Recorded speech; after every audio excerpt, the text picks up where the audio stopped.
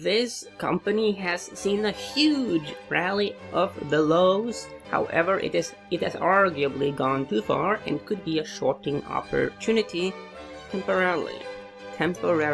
First off, read this disclaimer carefully. Okay, we will look at the company in a theme I call Turbo Foodie. These are companies that enable you to get food quickly. You can save time and get good food. You can see that the average move of the 52-week lows is huge, way more than the S&P 500. Huge moves. In this video, we will look at Chipotle Mexican Grill. They enable you to get Mexican food either through pickup and or delivery. Tremendous gains. It is literally at the 52-week highs now. But let's look a bit at the charts, because arguably, even though, yes, these stocks are bullish, they are in a very bullish theme, strong performance, but every now and then there will be these shorting opportunities. Okay, here is Chipotle's website. Yeah, you can modify your food through online commerce. Very sophisticated system, and that is one of the reasons why they have seen such a huge move now in these pandemic times. That's of course great. Mexican food, is also rather nutritious, hence even though it is kind of fast food-ish, it is one of the better alternatives from a health perspective, which is good. Okay, so let's be perfectly clear. I am bullish on Chipotle Mexican Grill. However, I think that for the coming months, there's a higher probability of a decline than a continued rally. If you want to profit from a decline, you could be a bear and short. Let's look at some seasonality for Chipotle. So we are currently in May, we are entering June, and you can see here that June, it characteristically is one of the weakest months for Chipotle, meaning, these are the percentage of months in which the CMG, the company, the stock, closed higher than it opened. And if you look at, the moves here, generally speaking, you can see here that June is one of the weaker months. That is quite relevant as far as shorting goes. Let's look a bit now at the charts. We are using weekly data points. Yeah, so if you see, look here at the RSI. The RSI on the weeklies is at 66. That is a bit of a stretch. You could make a case here. Also, given that, so here is the rally in the stock price. You can see that there's a declining trend here on the RSI, meaning there's a bearish divergence. Sure, the stock price has not pulled back yet. We haven't seen this correction, but this is a warning sign. Doesn't mean it always is a huge shorting opportunity. It is just that the probability is higher for a bearish short. Here you can see the Bollinger Bands, how they have just absolutely exploded. Highly abnormal move on the Bollinger Bands. We do tend to see a reversion to the mean. Okay, so that was, let's look a bit at the daily data points as well. Okay, you can see that we have exploded outside of the Bollinger Bands, and the RSI is at 74. The last time we had a bit of an elevated RSI here on the dailies, we saw a rather substantial pullback. Yeah.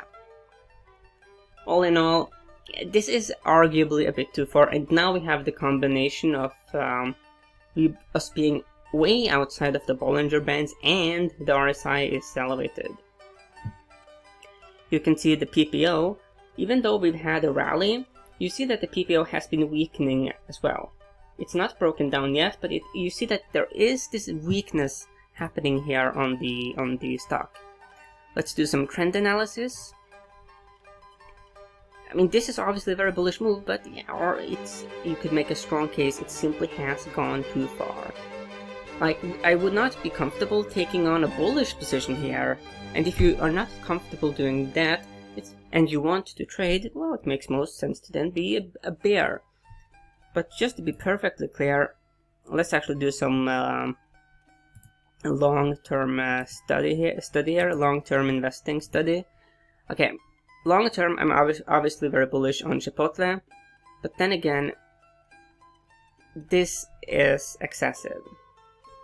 Just very, very excessive. And you can see here, if you look at the KSD, it's throughout this rally, you have seen it becoming weaker and weaker and weaker. So there is something happening here. It is running a bit out of steam. Let's also do some money flow analysis that can be rather valuable. Daily data points. We do see that the accumulation distribution line, it has been, if up until this high, you saw that the AD line, this is where it had a big move, but now it's been shuffling a bit sideways. So there is a bit of a divergence here between the AD line and price, and also if you look at the Chalkin money flow, you see that it's almost below the 0 line. There is some weakness. There is corroborating evidence, as you could say. Let's look a bit at momentum, like that. Let's rather look at this.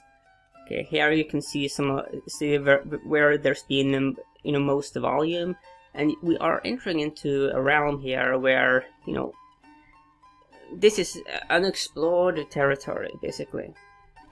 And think a bit about the psychology, okay? If you are an investor in Chipotle, you are most likely now sitting at a nice profit. At some point you might think to yourself, well, I should take some money off the table because I have a nice gain in my account. No one ever got hurt taking a profit. And that psychology here of, when you have this extremely bullish move and RSI is exploding and it's all wild and crazy, that is when you need to start to think a bit more like a contrarian, because then there's a very high probability of a reversion to the mean. You do some trend analysis here, you get the moving averages. We are just so far away from the moving averages, it is just simply too much. Okay, so that's my thesis on Chipotle. We have simply gone too far. Let's look at some fundamental data as well, to get some corroborating information. Here you can see the trend line here, which Finviz can find. We are way above the trend line. If you look at some of the numbers here, you can see that performance is of course tremendous, but something that is rather interesting, that's the target price, okay? So the analyst target price here is $868 US. Chipotle is currently at $1,009 US. So it's gone way above the target price. If we do some calculation, the distance from the current price to the target price is minus 14%. So that is a potential zone for a pullback, just a basic correction. Here, of course, you got a bunch of other numbers. If you look at the price to sales, it is really, really excessive. The price to book, really, really out there, okay? This stock has really gone too far. Simply has. Here you can see some of the price targets, and Chipotle is way above all the price targets, literally all of the price targets you have here. Chipotle is way above it. Let's go to Saks. Saks.com, they have a number for sell on Chipotle, F value score. There's no value whatsoever in this stock, and I agree, it's gone too far. B growth, C momentum. No dividend, meaning when there is no dividend, investors do not have really a strong incentive to hold on to the stock, Meaning, if you want to have some gains on Chipotle, you just reduce your position, yeah. Okay, that's a bit about Chipotle. Let's now have a segment about short selling. Okay, let's get to the basics. Okay, so as a short seller, you profit from declining prices. And that, of course, could be in any financial instrument. It could be, of course, stocks, bonds, commodities, you name it. Forex, yeah. You borrow a security in order to sell it, meaning you are selling to open your position, but you buy it back again to close. you can profit if the sell value was higher than buy value. As an example, so let's say you sell shares of Altria for $70 and buy them back for $30. You profit $40 per share, meaning you gain 57%. When it comes to short selling, I generally prefer to short companies in that have either gone too far, the share price, or I'm shorting companies in industries that I do not like Altria, as an example. They make cigarettes, and given that I am in favor of health, then I like shorting something like Altria. The same thing like McDonald's. I would never ever be long McDonald's, but whenever there's an opportunity to short McDonald's, I will short it, because it's a company that I am against, because the health damage is quite tremendous, actually. Okay, the maximum gain with short selling is 100%. That's something to just be aware of. However, you could of course always, close, if you have a bit of a gain on your short position, you can of course close the position, and then with the profit from you could enter a new short position that is, you can adjust it in that way. Okay, so short sellers, they pay interest on shares and pay the dividends to the lender of the security. That's something you just have to be aware of, especially if you're going to short a company that pays a juicy dividend, then this is seriously something you should be aware of. The risk of short selling is theoretically unlimited, meaning if you are shorting like a micro cap, like a biotech company, and it goes up 1000%, then you are officially in big trouble. That's something you just have to be aware of. Hence, there are certain companies that are just dangerous to short.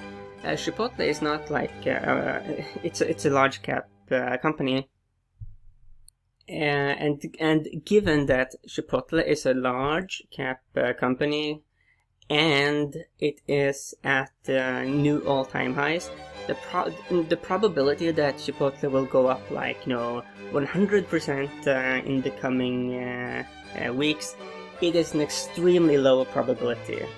Okay, it just is. Let's go further. Here is an example of how short selling can be very dangerous. Okay, so from May 1997 to August 2018, Amazon.com rallied over 134,000%.